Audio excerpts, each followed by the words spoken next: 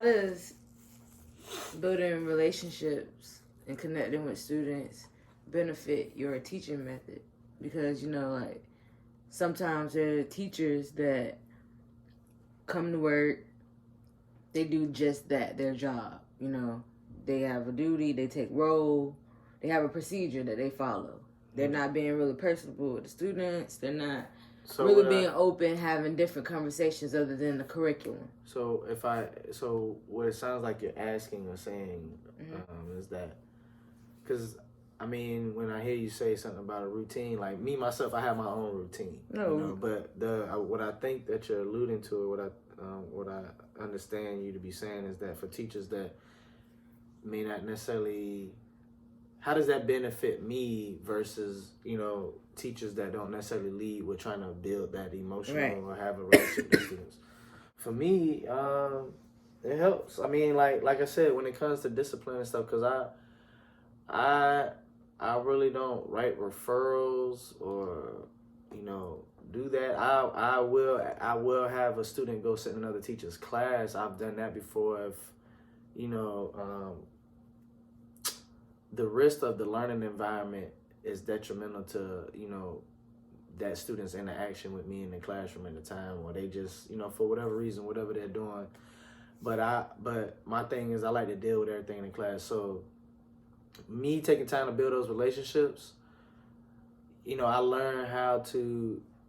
I don't have a lot of extra drama in my classroom, if you will, because I know my students' temperaments, and I understand that if I say or do things, it could either escalate or neutralize the situation. And for the most part, I've had times where kids have outwardly gotten disrespectful with me in class, and in any other circumstance, the human thing is to, as an adult, if a child is just outwardly doing that, you're gonna want to like cuss them out or say something or put your hands on them or whatever. Lord forbid that. But all I'm saying is, that's the first thing. Me, because of how I deal with the situations and stuff, I neutralize those things, and ultimately, like, I'll still talk to that student later. I'll address whatever's being said in that moment, but I still choose to take care of it in a way that it's going to be an example for all the students. Like, they be like, dang, Mr. Nolan was just disrespect. Like, they see that, but they also see that, oh, I ain't yell back, or I didn't hit him, or cuss her out, or whatever. Like, I said what needed to be said. I checked them and let them know that they was in the wrong, but at the same time, I still even talk to them later, and for everybody to see that we still got a relationship, and that student showed me respect. Like, maybe they apologize in front of everybody or whatever. Like, everybody know that the situation been neutralized, and I am, because the things that I'm asking them to do, like, not asking of them, but I expect from them the way that I want them to handle situations, I try to make sure that I model it in the classroom myself. So, even in those difficult situations, even when it come down to supporting and encouraging their classmates, I do it with them because I want them to do it with each other.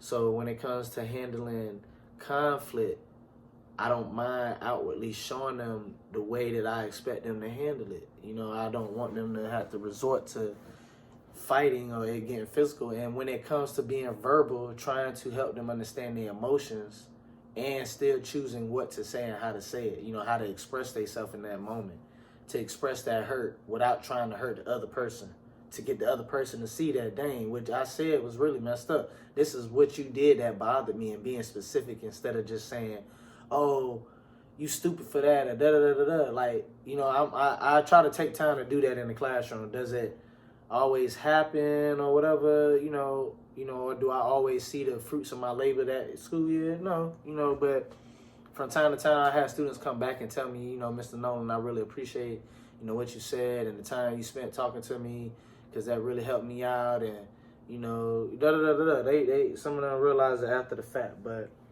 I just try to be an example of what I expect from them in the classroom, you know. So ultimately, yes, getting back to your question, it does help to build the relationships, because where things could have got really out of hand, they don't, you know, because I spend time building that relationship with that student, and they know where I'm coming from. When I gotta say something that they don't even like, they already know what time it is, because they know that Mr. Nolan coming from a place like, I care about you. If you don't like what I got to say, because I don't never like, and I always treat my students with respect, period. They always know I'm treating them with respect. And because I want it back, you know, I give it to them and I demand it, but I also, like I said, I give it out because that's what I expect in return. So when I need to say stuff to them, sometimes they get upset and they get in their feelings, but they'll come back the next day and be like, hey, Mr. Nolan, what's up? Or some of them, I had to address them, and then they'll end up smiling, but they know it's cool. I'm not holding no grudges. Like, we had a moment that day in class, and that's where it's going to stay. We dealt with it, and that was that.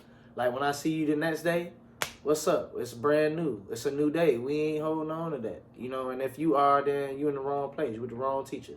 I'm not here.